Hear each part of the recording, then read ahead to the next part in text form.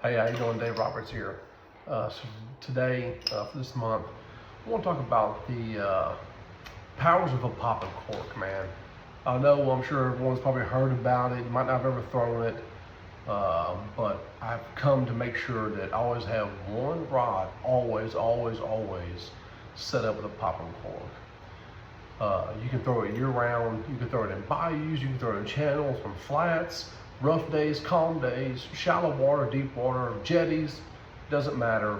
There's always an opportunity to throw a popping cork, and it surprisingly works incredibly well. I've popping corked fish. Throw it out in the middle of the pond, pop a cork one time, and watch a wake come across 30, 40 yards away sometimes and come straight towards the cork to eat my lure below it. Very effective rigging to do. But I just want to talk about what I have, my setup. I know everyone does things maybe a little bit different, but personally this is what I like to do. I've been turned on to the Full Horseman cork. It works really well. A lot of sound to it, you hear it. It's very durable. As you see, redfish, they're relentless, man. They'll break stuff.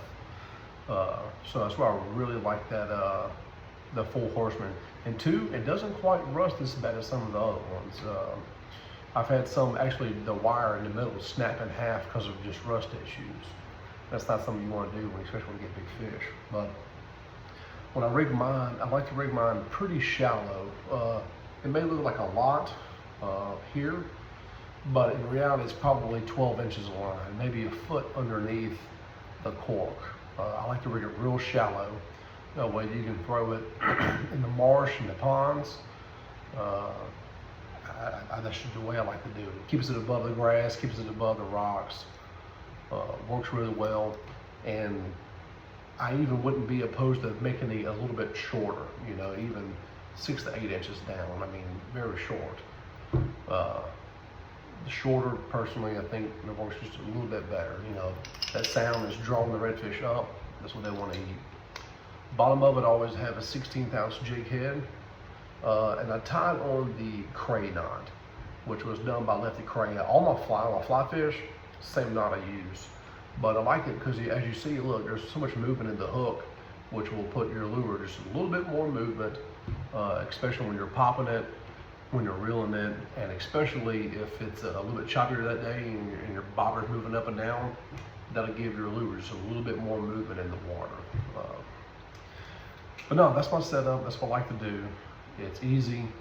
It's super effective. And I know I'll say this, it can be pretty boring, which is completely understandable. But I have come to love to throw this, and just I like to make it work, and it certainly catches fish. Don't underestimate it.